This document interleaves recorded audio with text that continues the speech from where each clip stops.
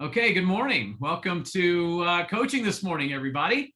I am, of course, your host, Will Cooper. Glad to have you with me this morning.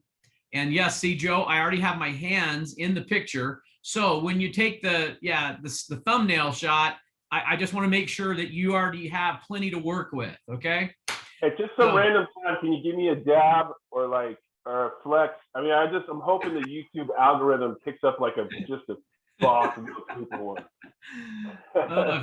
If you haven't noticed, everybody, the recorded coachings on the internet, it just seems that I always have my hands in the picture somehow. So, and I've been I have to admit, I'm a little self-conscious about what I'm wearing because I'm going through there. I'm like, well, let's see, I doubled on that outfit. I wore that one twice in a row, so I better, I better watch what I'm wearing. I'm kind of running out of shirts.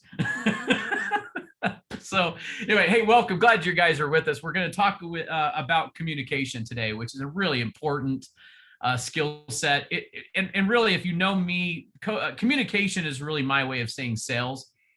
I know communication is bigger than sales itself specifically, but I really don't like sales much. I think it's a bad adjective to describe what we do. I'd rather be a great communicator. And, our process of discovery, interaction, and connection, and overcoming objections, and closing, or, leading people through presentations, I would just call communication. So I have a couple of questions before we go to page 127 in the coaching manual. First of all, were you in sales meeting yesterday? I mean, did you hear kind of the Wasatch Front sales meeting? Where you were Wasatch Front. Debbie, you also were Wasatch Front? Good. No, not Wasatch Front. Well, Steve Roney and I had kind of a conversation about, about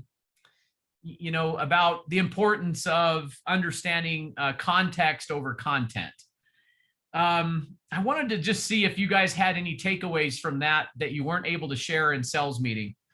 Was there anything that you thought, yeah, I better put that to practice, or what did you get out of that yesterday from sales meeting? Remember, we showed while you're thinking about it, we showed the Verbo video commercial, hoping to remind ourselves about why buyers buy and how important a home is to a family and to an individual.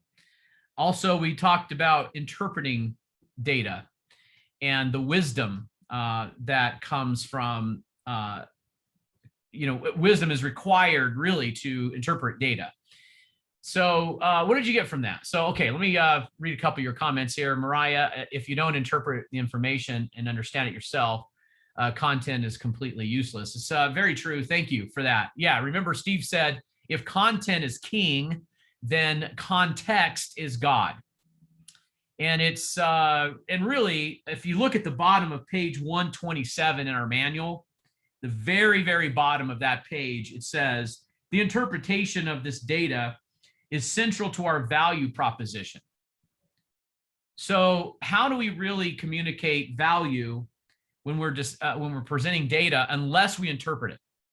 So we've got to make sense of the data, and that's the context. This takes practice, doesn't it? So as a reminder, and I kind of wanted to save in this recording for coaching, I'm going to make a list. If you want to write down, find a page. I wrote this down on page 130 because there's some space. In future edits of the manual, I'll make places for notes. But if you want to write this down, here are some of the simple phrases that Steve Roney used or has used, and I've caught him using as he puts data out. And Joe, if I miss anything, or you've heard him say something, weigh in. I know we've heard Steve give a lot of data about the company, the market, through the years. So I'm just going to get ready to write fast. Are you guys ready? You ready? Allison, grab your pen. Melinda, you ready? Liz, Debbie, ready? Everyone's ready? Okay. Jennifer Maloney, are you ready? Dan Peterson, are you ready? Here we go. So these are simple statements that interpret data. Number one, overheated market. We are winning. Strong month. favorable comparison. All positive signs.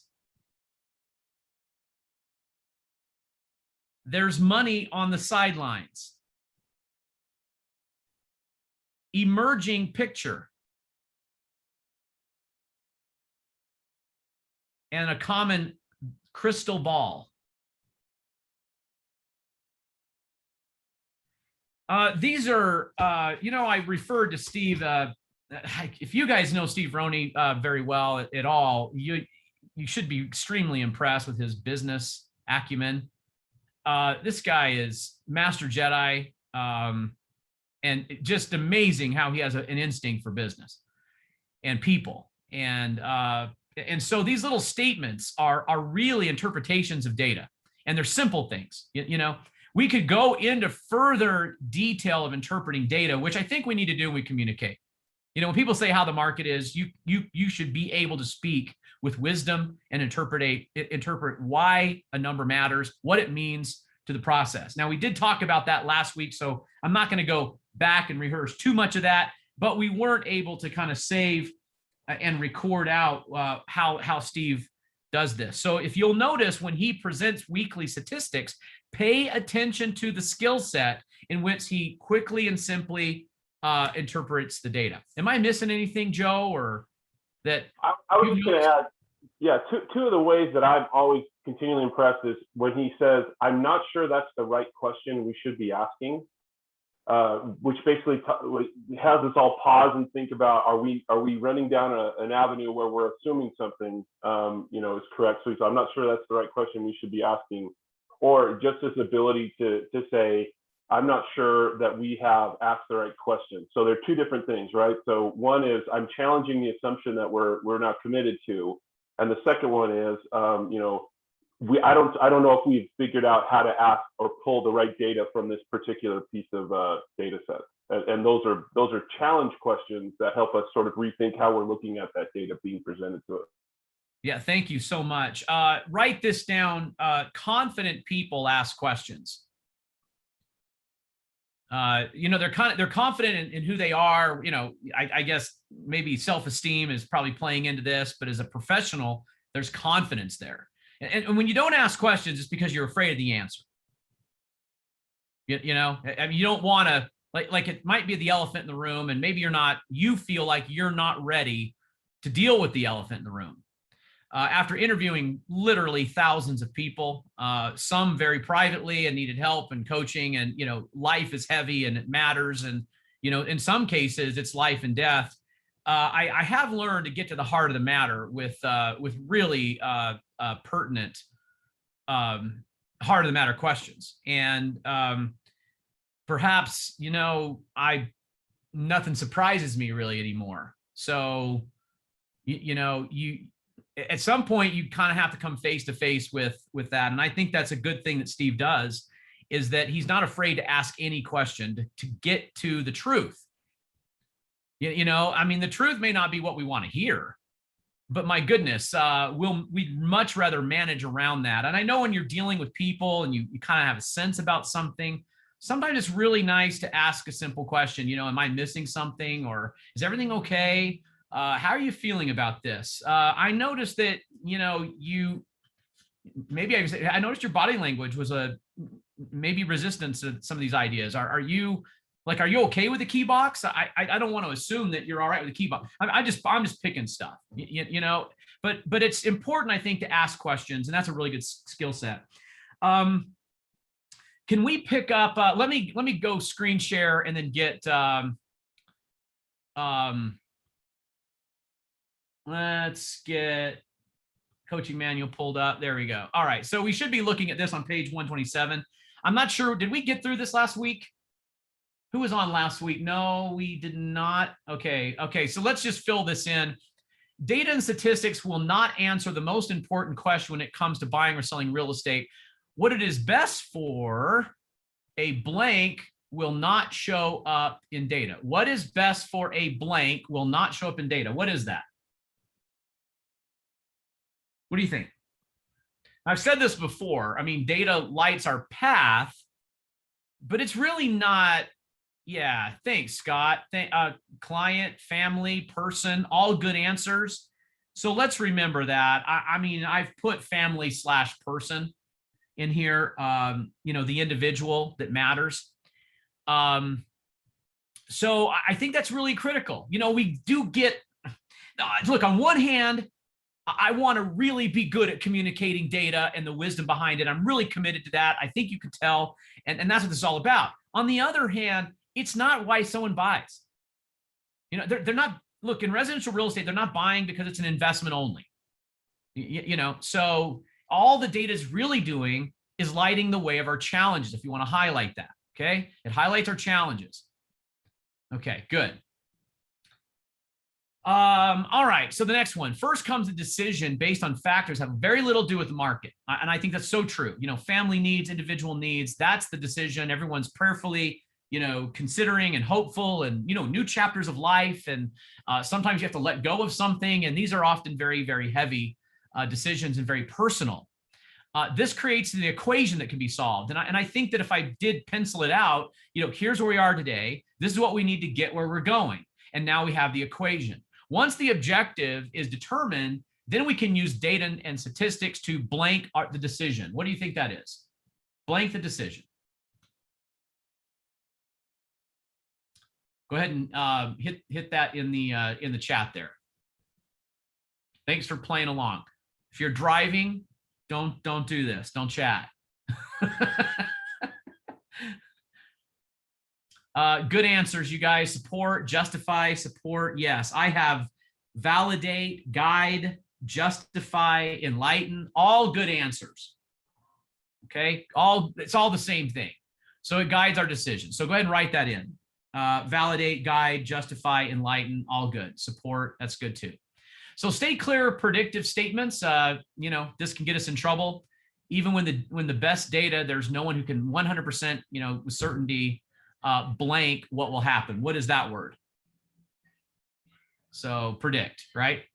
Yeah, good, Debbie. So let's stay clear of that. We get caught up in that in the Wasatch back a lot with, rental histories, and, we got to be very, very careful about statements like that. They'll get us in trouble.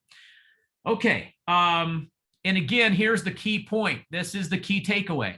The interpretation of data is central to our value proposition. Don't forget that. And yet understand that it's not the biggest weight on the scale when it comes to decisions that are made. Okay. It's what's best for the family. They're not buying because of the perceived, future value. It justifies it. Doesn't it? It sure is nice. Real estate's a great investment. Hedges against inflation with a lot of, tax benefits and financial benefits. I think we understand that, and we should remind people of that, sure. But it's not really why you're buying and why you're parting with money, savings, or going into debt and paying on a loan. Will you write this down in this blank right here on page 127? I want to make this is another note I made. So the assumption is if you have data, then you have, I'm gonna change. This is a quote for someone else, but I've edited it, so I guess I'll call it my own then if I've edited it. But the assumption is that if you have data, you have wisdom. Okay, comma. And if you have big data, you have big wisdom. It's not true. It's not true. What's missing? So data alone is not the wisdom. What's the wisdom? Just want to make sure we get this. We've already said it, but what's the wisdom? So it's not, everyone says, well, big data, really, wow, how important is data? Give me a lot of data. Give me big data. And wisdom is what? Mariah is dead on, okay? Wisdom is the ability to interpret it. Or how does it apply? How does it apply to remember on the top of page 127, I hope you already have this. It comes down to, why does it matter? I mean, that's big picture. Why does it matter? Well, why does it matter to a buyer? Why does it matter to a seller? Are there new things that we're facing that we haven't seen before, new patterns? And what does that say about the future? We often look for data to predict future, trends or obstacles, right? So it has to apply. Very, very good. Okay, everyone's got that down. So this takes practice. Before we put a bow on this, it takes practice to interpret data. The first thing is you got to be aware that the other side does not understand. Just because you say something about data doesn't mean they get it. You're going to have to interpret it. You got to say what it means. Everyone could go on the internet and get data. Okay, so that doesn't make them, wisdom. That doesn't make them a physician. That does not make them a high-level real estate professional. You've got to interpret it. You got to say why it matters. And notice that Steve has done a very good job of using simple phrases to interpret data. Okay, so it takes practice. When you're talking about the market between each other, watch how you interpret data. Okay, so even amongst our peers. I'm gonna put a bow on that one. Let's turn the page. And on page 128 and 27 here, we've got data. Okay, so the idea here of this was to take a look at, I know this is 2019. Wow, I thought I'd updated that. Oh, no, I got 2019 and 20. That was this was to look at trends. You guys can pick out your own counties, and you're going to start to interpret, what does this mean? So this is third quarter 2020. This is before we went to print. So a lot of this data is a little old now. I mean, we're almost coming up on a year old on some of this data. We often get graphs like this, and we're looking at, what does this mean? I pulled out one yesterday that kind of had this bottom curve, and it had to do with listing inventory. So if we're challenged on, is there a bubble or is there going to be a recession in real estate like one we've seen before? Many people were hurt by that. Many people do not forget, like they were swept away in the current of a very bad recession, and they were scarred by it, and they'll never forget it, right? So they're very, very shy, or they have their own, amateur view of what they think will happen. In other words, they think the same pattern will apply. So when I looked at that data online about a lack of inventory, and we weren't trending like these patterns of high inventory, I think the scale said 14,000 listings in the Wasatch Front, and it trailed off to more like 10,000. Okay, so we're missing 4,000 listings, and these are just listings that come on. And it's crazy to think that we keep pending everything that's on the shelf. So there's interpretation there. So what does that mean? When we have a bubble, we usually have there's something growing inside the bubble, and because it bursts, and what it is inventory. Okay, so this is me interpreting the data. Okay, so if you look at bubble, everyone understands bubble bursts, and then we have a problem. Well, what's building inside the bubble is inventory. So inventory is growing and growing and growing and growing and growing until finally, boom, it's way bigger than what the supply is, and then we start getting depreciation that happens. Well, it actually is deflating. So here's the interpretation. The data shows a deflating bubble. The data is showing a deflating bubble. Okay, it's actually going in reverse. It's not bursting with inventory, it's deflating. Okay, so it's going the other way, which is causing more appreciation in the future, and that's likely what we'll see. Okay, so that's me practicing, guys, what I do when I'm interpreting data. Let's take a look at this one. This page 130. This is big picture for all of Utah. So here is our natural increase. These are bursts. We were very busy. We were very busy. This is our 2019 increase. This is our current population. And here is our net migration. Does anyone know okay, I'll tell you what, instead of me, interpret this for me. Why does this matter? Anybody want to have a conversation with me and unmute and tell me why this matters? What does this say? Anybody? Come on, all stars. We could always just start unmuting people, Will. I know. Let's just pick them, right? Allison liked that the most. We're just going to unmute Allison and then just have her have a conversation with you. Okay, go ahead. Allison Ream-Schneider, the Old Mill office, Salt Lake office, a fantastic veteran agent. You must have some kind of interpretation of why this matters. Thanks, Will. I thought you were going to say Allison, old Allison. Oh.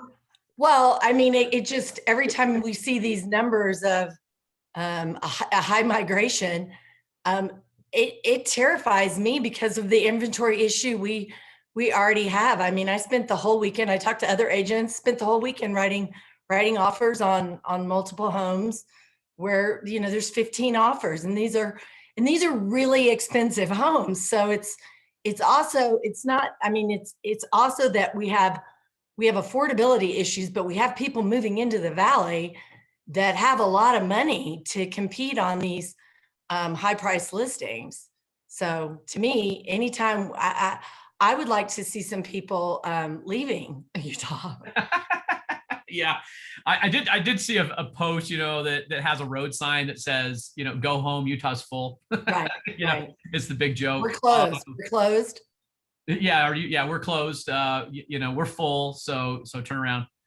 Have a conversation with me here, Allison. Let's look at this data. So we've got natural increase in net migration, which gives us a total of 53,000 people. That's the increase. That was 2019. Actually, I do think that's 2020. No, it was taken from the report, if that's right. Yeah, I think I did edit this. So how many homes can we build in a year? Not that many. Yeah, we have a number out there from the Metro study. Does anyone remember? You want to write this down? I'll tell you in a second, but do you remember? Anyone remember what Metro, not Debbie shaking her head? So there's an estimation. So you could take completed houses, you take, certificates of occupancy within a year, and how many houses did we build? Okay. And how many houses we build are based on a number of factors, certainly labor force. The demand we know is there. So what we used to look in the past is what's the demand, and what will builders build, and do they have product on the shelf? And there's all these different factors from the past. But today it's a given that we have no product on the shelf. We have more demand than we have supply for. And so it comes down to we're truncated and we're bottlenecked. Watch the terminology with data. Okay, we're bottlenecked, and we can only spit out so many houses in a year, because of lack of labor force that left during the recession and didn't come back. And now we're getting supply chain issues like lumber. Okay. So we're truncated and we're bottlenecked, and because of these factors. So the number is 20,000. Okay. And it's an ish. I get it. It's not a hard number, but it's approximately 20,000 homes a year. So you can see our problem, right? We're not really going to build more homes than we have demand for, because of these problems. Now we could look at maybe a political factor here. I don't want to get political, but I have a personal opinion about immigration, right? If you send a lot of tile workers home and framers home to their countries and they don't come back, well, we can't build more without labor force. And so we've only got what we've got. And remember, a lot of people left, these plumbers left, electricians left, roofers left, because there was nothing to build for 5 years. 5 years. They went and got and they should have, right? Who could blame them? Who would blame any of these individuals for going to another industry? Nobody. But they didn't come back, and so they're not going to come back. So, it's too bad that we do have people that do have skills, likely at the borders of our country, would like to come here and work, and they're, I'm talking about good people with good skills that we could use. We're not going to build more homes. I think that's just all we're going to build. Okay. So it compounds this thing. And this is why we go back to the bubble is deflating.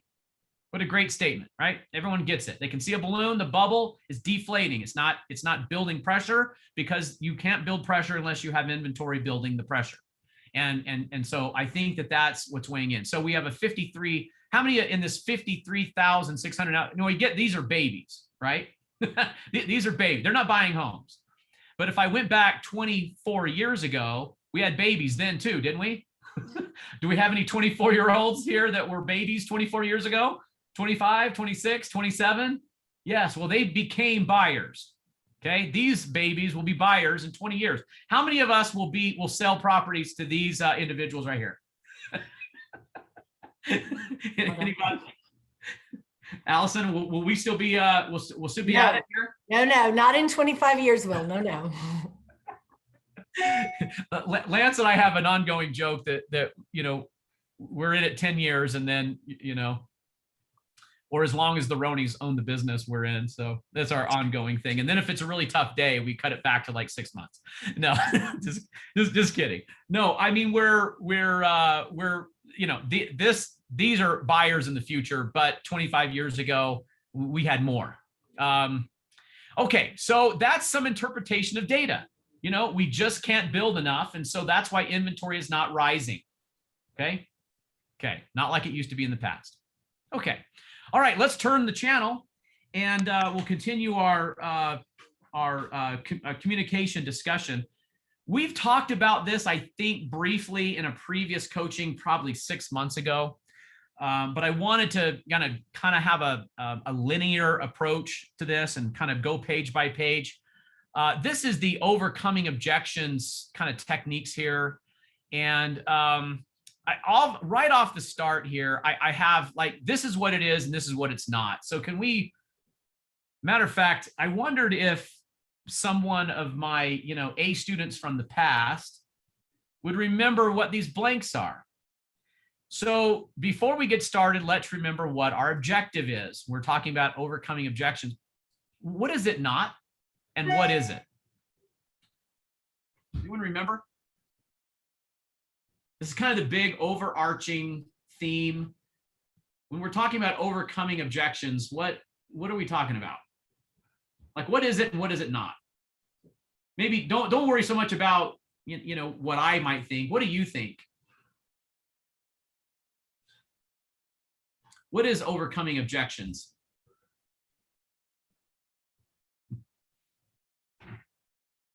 Mariah, you look like you got something right on the, like, what is it? Creating clarity, formulating trust, good. Coming to an understanding, answering, not arguing, good, Dan. Understand, nice.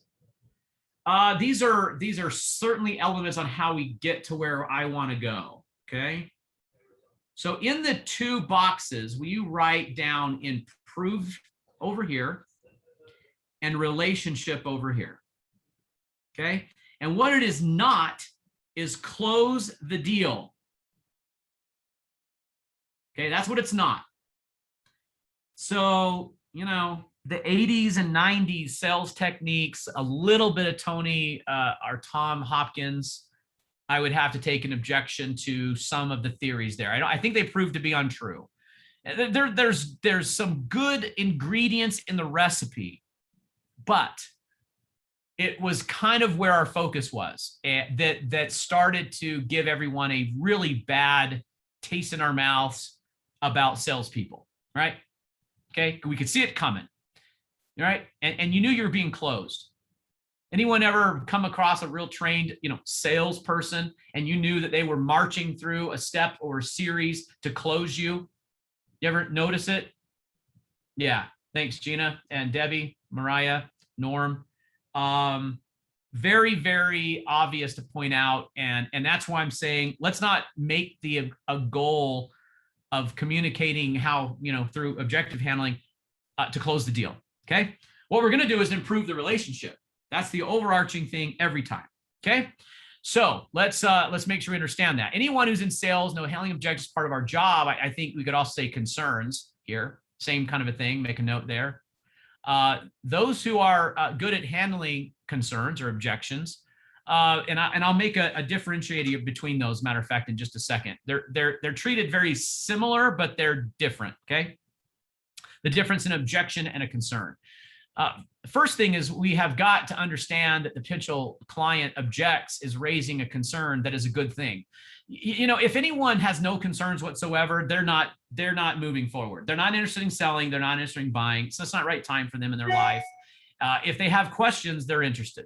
There's things in the way they're thinking about. Really, objections and concerns are really a good sign that they want to move forward. I think I'd highlight that. They're a good sign. So already we're kind of building an affirmation here that I love objections. We got to get our heads right. We don't fear them.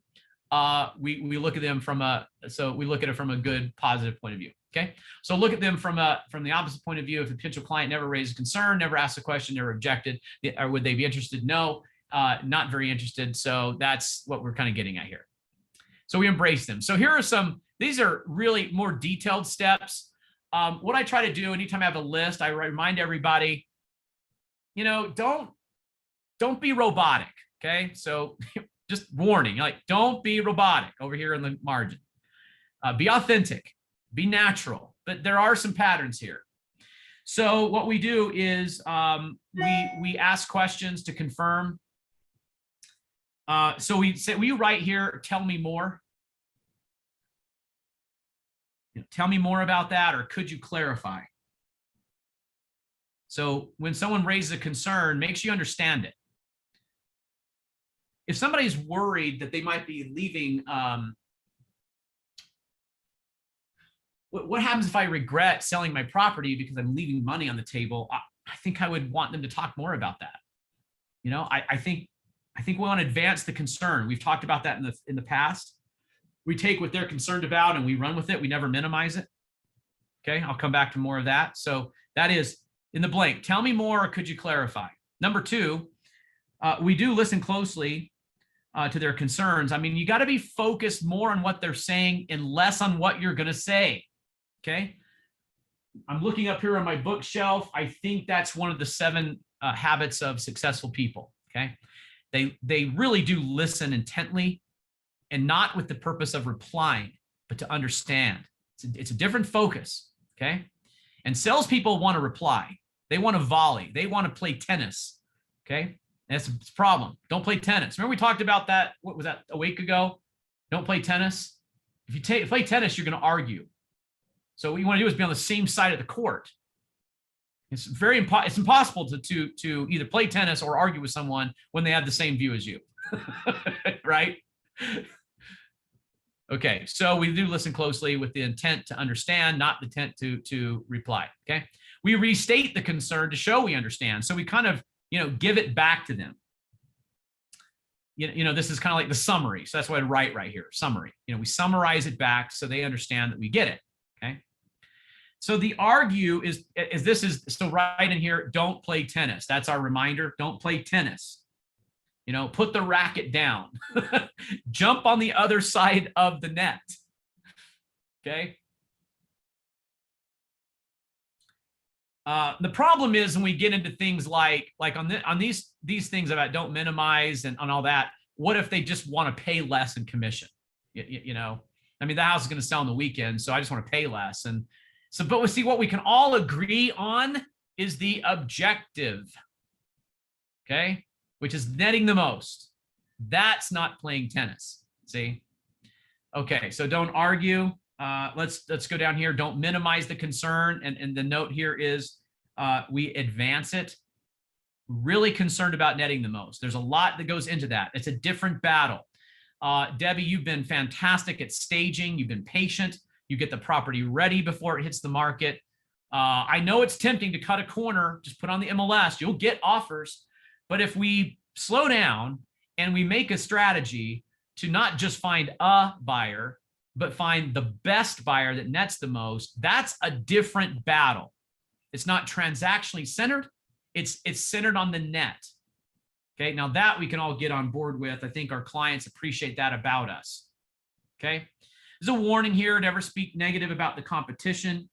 Even some of our favorite companies who put disparaging or negative comments and billboards on I-15.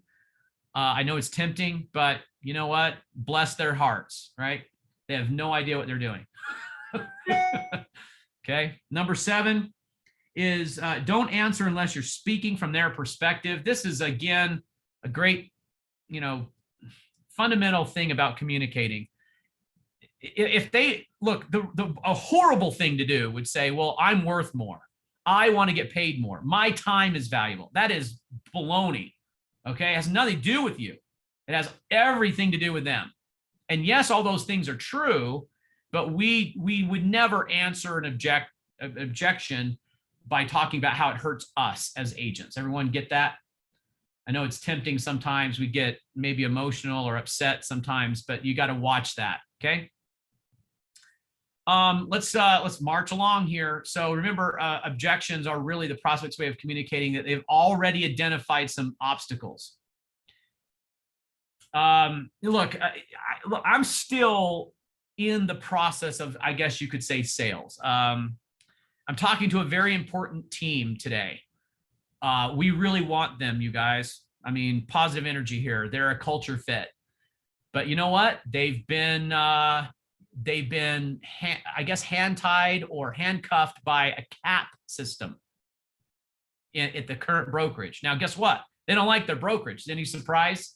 Any surprise there, by the way? Any surprise that they don't like their brokerage, but it has a cap? I'm just saying. Okay, you don't pay less and get more. You don't pay less and solve problems. You pay less, you have more problems, right? You don't save your way to profitability. No one ever has. No one ever did. No business ever started out with no capital. The reason why they raise capital is to solve problems, okay?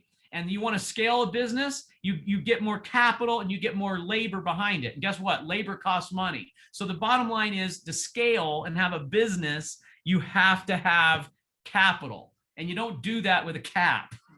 So anyway, yeah. So no surprise, right? And they did let me know that they are leaving their company. I mean, they said, look, I already told my broker, I'm leaving. I've got 10 days. Now, where do they go? You know, look, they love us. Does this sound familiar? Does this sound like a seller who goes, I love Brookshire? Any chance you guys would do it for, say, 4 or 5 or less? I mean, right? It's the same thing. So what do we focus on with sellers? The net. What do you think I'm focused on with this agent? Their bottom line. I mean, are you going to grow the business or not? Like, are you going to help more people and therefore make more money? If we can help you do that, is that worth something or not? I mean, do you want a job or a business? I suppose all of that is intermingled in there, you know? So it's the same stuff. I guess I'm saying that because I want you to understand that I live it too every day as we're talking to agents, you know, that might be considering Brookshire. Remind them that we have more fun too. God, so true. You know, I mean, we do have a lot of fun. Okay. We're going to the Beach Boys, right? I mean, that alone, you know, will lighten the soul. Okay. So let's see if they're saying, it's this that they're saying, hey, if you could help me understand a few things, then I think I'm ready to move forward. Well, I'm coaching myself here. I have a meeting today at 2 o'clock with this. This is like, we've marched the football all the way down to the 3-yard line. This has been a 4-week conversation, kind of like a listing you want that, you know it's going to go up on the market, right? And you really want it. Sound familiar? And I'm hoping that I remember to remind myself that, hey, as long as we can justify the costs, we should be good. Yes. Okay. Right, Jill. Jill, you and I had the same discussion. And then I actually had to propose to Jill. I don't know if you guys knew this, but Jill was a broker herself. She had a nice little thing going, and I'm like, and I've known Jill for a long time. I was her first broker. And I said, Jill, you really should consider Brookshire. And you know what? I have to tell you, I feel bad I didn't tell her about Brookshire sooner, because she's thrived. It's been such a good thing for her and her team. And she would say that over and over again. But yes, Jill, I'm hoping when I propose today that, that they'll, what I say, marry Brookshire. Come on. That I get a positive response. Okay. Yeah. Should we share the video? Someone took a video of me proposing to Jill. You know, it's kind of funny. When I said, all right, Jill, it's coming down to this. So here, let's go through. I kind of use this simple pattern. It has, you know, a couple little flaws to it, but I'll kind of tell you about that. But, you know, there's another very simple pattern to, you know, to communicating. And what I like best about it is I understand, you know, and then it kind of goes into this, you know, let's validate them. All right. So I understand and I validate, and then I can use data and I can make wisdom of data. So I do like this 3-step pattern. You guys used this before when just kind of talking through things? Yes. Mariah, have you used it? Gina? You guys use it? So it's like, I understand how you feel. I mean, I guess I would say to this, this team, I say, well, I understand how you guys feel. It's a lot of money. It's a big decision. And we've had other agents and teams feel exactly the same way. You know what we found is our teams and our agents are happier, more productive. They help more people. They get more fulfillment. They're more supported, and they scale better their business because they have the resources to do so. Does that sound like something that you're interested in also? And I might even go, maybe you should pick up the phone and call, say, Jill Stringham. And don't just take my word for it, but that's an interesting pattern. I like it because it says, I understand how you feel. It has a danger zone. You know what it is? What if the objection is something that you have not personally experienced? Look, I'm looking at your faces. I know a lot about you personally. And I know, I think I'd be very careful. Like if someone said, I don't know, they lost a loved one, that's why they're selling the house, because they have to. Okay. And that hasn't happened to you. I'd be very careful about saying, I understand how you feel. I would rephrase that and say, I can see. So will you write off here to the side? This is what I have in my notes. I can see how that would be challenging. I can see how that would be challenging.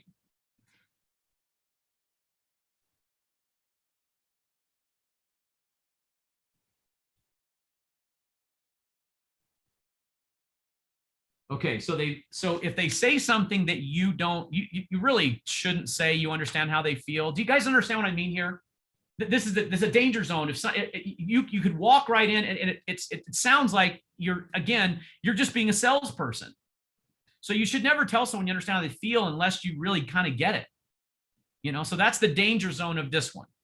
The nice thing about it is it's simple and it's easy.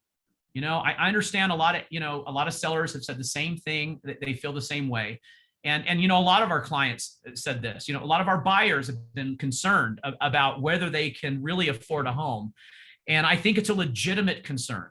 And, we have strategies, again, you can just because these are simple structures, this is just the skeleton, right? You can fill it in. And what we have found is that a lot of our legal strategies work, like what we have found is that a lot of teams scale at Brookshire. What we have found is that sellers are more interested in the net than just a transaction. So you're bringing it back to the conclusion. And then I like having kind of a tie down or a question so that we're communicating effectively. So if I miss something, I have another chance. So I would say, is that something you're interested in? Is that valuable to you? Do you see it the same way? Like is netting more important, or is just the closing more important? They go, well, of course we want to net the most. Okay, well, to do that, that's a different battle. But a lot of our clients have felt the same way. I can even go back up the pattern. Okay. All right. I hope I'm not overdoing that one too much. So let's fill it in. Jim, I understand how you blank is what? Feel. As a matter of fact, just last week, I had a client that felt just as you do. I could use different words. I don't have to use feel, felt, and found every time. I could, I could change out the words. They were also very concerned about obligating themselves to a purchaser without fully knowing if they could sell their home. To be perfectly honest, so am I. What we found is there are a number of ways that we can minimize risk in these situations. Which one is best is up to you. Here are some of the things that we can do. And then I kind of could use an alternate close here, like which one should we employ? Like this, remember I told you guys, if I work with a buyer right now, I would lay out our legal assets on the table and show them and say, are these comfortable for you? Okay. And it's kind of an alternate close in a way, because look, they're going to do what's best for them, and we're going to counsel together and we're going to guide together. But if they just choose me, we're good, because I know I can help them. Right. So I hope, is this helpful, you guys? Is the pace okay?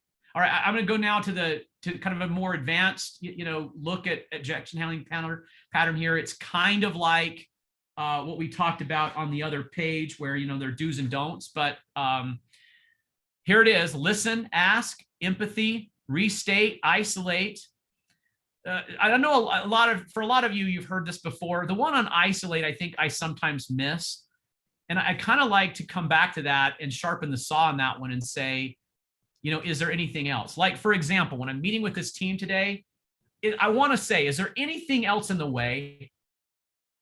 Like, is it just the commission rate, right? Or so if that's it, then I know that that's the only thing. Once we get over this or resolve this concern and we understand it better, then maybe we can move forward, right? Without sounding too much like a salesperson, right? Yes, to show your value, Will. Yes, thanks, Jill. You want to join me on that call today, Jill, at 2:00? Okay. Number 6 is the answer. And I know that sometimes when when we're a little newer in the business, we just don't even know, like, what are the answers, and I get that. Because we're saying, well, here's what we found. And then everyone's going, well, Will, what did you find? You want to tell me what you found? And it's actually a lot simpler than that. Because we go back to the basics. We have found that we net more when we get our houses ready and we hold them off the market. In these market conditions, this is what we have found. Okay, this is why all of our listings right now, we list them, we sign the exclusion from the MLS, and we take 2 to 3 weeks to get the house ready. The home deserves it. I would say your home deserves that. Your equity deserves that attention. If we do a shortcut, what we've found, now this is me just saying, see the opposite in the lab experiment, what we found, if we cut a corner, we don't get the best buyer. Okay, we get a buyer. And the sad thing is that sometimes our friends, family, neighbors, someone on the market, it did cut a corner. But you know what? They never really know the buyer that, did not come forward because of, say, improper marketing, incomplete marketing, poor marketing. And that's too bad because we leave equity on the table. We don't want to do that, do we? See, there's a question. See, we don't want to do that, right? And they go, yep, you're right. I don't want to leave an equity on the table. Okay, so see, that's what we have found. So it's really a simplistic equation is what we find, right, you guys? I wish we were in person right now. So wish we were in person. So that I could, see how you're responding to this. So what we have found is a little more generic than some isolated silver bullet. There are no silver bullets. There's no secret sauce. There's no, neutron or atom that you have to go uncover. It's more generic than that, okay? And then the tie down is, see, the net realize is really the most important, isn't it? See, there's the question, okay? And then the close is all we need is to authorize the paperwork and we can get started. I'm probably gonna come up with a new word here. It's just how to employ me. I don't really like, hey, now let's get this closed, because that sounds like a salesperson, and maybe what we could do is change that. So, but I authorize the paperwork, we can get started. Notice it's not sign the listing agreement. It's phrased a little better than that, okay? And let's be clear, all the commission objections are all the objections are commission, okay? You're like, here's all the objections, we did a study, and here they are. It's all commission. Okay. And back to this team, isn't it the same thing? Like, I know that there's been agents in the past who've left Brookshire because we're not the cheapest company and they want to be cheaper. They want less. They want less. They want to pay less. They don't want more. They don't want to tell their clients they have more. They want to go to their client base and they want to offer a 4% or a 5% listing. And because it's harder to be better. Right? And it's tempting to cut the corner and be cheaper. The problem with our whole industry is the effect of that on the public, and when you really cut a lot of corners, we found out the other day, one of the models, the total amount of listing fee is $1,000. Okay. $1,000. And the agent gets $600. And one of the top agents at the top discounting companies here, you can probably figure out who I'm talking about, did 190 transactions, $600, 190, the math was like he made $110,000. 190 transactions. Now, you know what? We also asked him, hey, did you ever see any of these people? 10% of the 19 people out of almost 200 people did he ever even meet in person. I don't know about you guys, but I would really not want a surgeon, to put blinders on and start cutting me open. I mean, it matters more to me. And I think you got to go back to this stuff. That's why when we say, what have you found? You go back to what's important. Is your equity important to you? Because if it really is, it's a different battle, guys. We could, regardless of the market conditions, we can always find a buyer. A buyer is out there. Investors will buy the property at 80% of value all day long. Wouldn't you? Is there anyone on this call who would not buy a listing right now for 80% of its appraised value? Anyone? Okay, well, there's all the buyers. Well, why? See, but why does it not work? Because we don't want just a buyer. We want the buyer that nets the most. Well, that's a different battle. Okay, that means we've got to market. That means we have to reach the broad demographic. Okay, we've got to increase the value of the property. We have to interpret the value of the property. We have to help the buyer realize the value of the property. That's marketing. And that's a different battle. Okay. And that's why that's our core purpose at Brookshire, is to help people net the most. It's what we're hired to do. It's our core proficiency. It's why we exist. Okay. Sorry if I'm overly passionate about this. If that's over the top, guys, I apologize.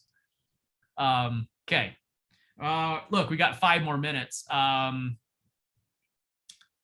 Let's see, maybe, let's take a look at this example right here, like exactly what not to do. Have you ever heard anyone say, well, take a dollar bill, and then start dividing up like that as if that represents a commission? Please don't ever do this. Don't ever do this, because this is self-service. This is all about you. See, it's like, poor me, I'm only left with. Don't do that. If you're ever going to use the dollar bill, have it be their equity. Their equity has nothing to do with you, right? And that's a better relationship. Okay. Okay. I'm gonna stop sharing for a second. I got another tip out of the How to Make Friends and Influence People, one of my favorite books. It's because it is about relationships, and that people matter, and that we matter. What we do at Brookshire matters with our Brookshire family, our staff, our clients, our buyers, our sellers, our friends, our neighbors. It's very relationship. Well, chapter number 3. Here's the tip. Does anyone have, first of all, how many of you have this book or read it before? You got it? Good. It's just a staple, right? Do you remember what chapter 3 is? Debbie or Mariah, Julie? Do you remember what chapter 3 was? It says, if you don't do this, you're headed for trouble. Remember what it is, Allison? Oh, an older copy. Wow, with hardback. Nice. So chapter 3, open it up. Open up to chapter 3, page 71. It says, if you don't do this, you're in serious trouble. Principle number 3 on page 79. Remember that the person's name is to that person the sweetest and most important sound in any language. Their name. Notice that when I talk with you, I call you by name. I love knowing who you are, frankly. It's very uncomfortable for me when I don't know your name. And there are a few people. I think I know everybody on this call. Let me just go through the pages here. Yeah, I don't think there's anyone on this call that I have not met. But if I've ever been in a room and I don't know someone's name, it's really uncomfortable for me. So notice anytime you're communicating with someone, call them by name. It's a sweet sound to the other person. It means you know them. Some of you have heard this story, but Arnold Stringham, one of my first mentors as a teacher, back in 2002, I came to Arnold and said I wanted to be his best instructor, and he gave me a contract class to teach, and I was scared to death because everyone was on such a high level, and I studied my butt off, you guys. I was scared to death to teach the class, And then I told him I wanted to be the best instructor, and he said, it kind of blew me off. I had to say, Arnold, I'm serious, you know? And so he stopped and he goes, do you really want to? It's kind of like he'd heard it a million times. And so I said, no, I really do. I said, you don't understand. Like it was calling out to me. Clearly looking back now, it makes all the sense in the world, you know? But he said, if you love them, then know their names. And I kind of went, what? Like, he wanted me to know everyone's name in the class. Now, it turned out that he had Polaroids of every student that came through the school. And before he taught a class, he would go through and he would look at the Polaroids. And I didn't know this until after, because he wanted me just to memorize their names, and like in the beginning of the class. And it actually served out to be a really nice curse because in the beginning, I could do this. And look, this all ended up with when I left Stringham, the class I taught at the very end, there was 93 students at this review class, and I memorized 93 names in 18 minutes. It's the most I've ever done. And but you know what was fueling that? Why would I do that? Why go through the effort? I mean, didn't I have a lot of content to memorize anyway? Didn't I already have, material and a way to present? And shouldn't I be concerned about, my content? So shouldn't I be concerned about my listing presentation? Shouldn't I be concerned about my details of my marketing and my data and my wisdom and all the things I'm going to do and my, or should I what? Be really concerned about the person, right? If you love them, you know them. And if you know them, you can show them that you know them by calling them by name. Okay. Paige Siglin says he was there. He says he will never forget it. It ended up being a very emotional time for me, Paige, if you remember, because I knew that was my last class. Now, not very many people in the room knew why that was, but a partner and I had made an offer to buy the school. That was going to be my final chapter. But look, I ended up at Brookshire. So thank goodness for unanswered prayers. And I've been so blessed, so how life is. But I knew it was my last class, so it was really tough on me, and it was hard to get through it. And but look, I'm just saying all that because it's chapter number 3. Always know their names, and when you walk into someone's home, know their kids' names, and call them by name, and it means a lot to people. Anything? Let me go through the comments here. Thanks for thank you, Julie. I am kind of cursed with I love people. I really do truly love everyone at Brookshire. You're my purpose and my reason, and I love cheering you on. That is the fuel that drives my study, that drives me wanting to be a better professional, therefore a better coach or teacher or leader if I'm allowed to be. And yes, Jill, you're right. And relationships really do matter. They matter more than anything. They certainly matter more than money. They matter because you can't look. I know a lot of people make a lot of money. They're not happy. But I know a lot of people with very little money. They're very happy. And I think the denominator there is that they figured out that happiness and fulfillment comes from the relationships they have. So just focus on that, and you'll be just fine. You'll be genuine. You'll be authentic. You won't be scripted. You won't be a salesperson. You'll communicate well. You'll be a good leader, a good guide, a good professional, all those things we want. But it'll never trump, the heart of it all. I think you could look, I think give yourself a gold medal if you walk out of a listing presentation and you don't get it, but your relationship was better. It's a victory for me still. Because at the other side of that is what the relationship is tarnished. And then we did get the listing? No. So see, that's how we know what order to put things in, because we wouldn't trade them. All right. Yes, I did have the intention of building a relationship with the student, and they knew that. And throughout the class, I could call them by name, which got uncomfortable for some if they weren't taking notes. So anyway, I sure love you guys. We're out of time, but can we do one more exercise? Grab the chat and let's just do our takeaways. We're in the communication chapter. What's the takeaway here today? Like, what's the overarching thing that you think you need to work on or emphasize? Just one thing. What's your one takeaway? We started off with kind of in data and wisdom, and then we got into handling objections. So what do you think? Fill them up. There's about 40 of us on the call. I'd like to see 40 answers. So be authentic. And Jeanette, on that statement, I remember a young man who was about to talk at church, scared to death. And I just said, just be you, because everyone already loves you who you are. Okay, don't try to be someone else. Just be you. And my goodness, he did that, and it was a great talk, and I'm very proud of him. So yeah, always just be you. Listen. Thanks, Gina. Listen to understand, not to respond. Very good. Ask more questions. Good. Better discovery is a better solution. So if you really take more time on discovery, you'll get a laser focused solution. Confident people ask questions. So true.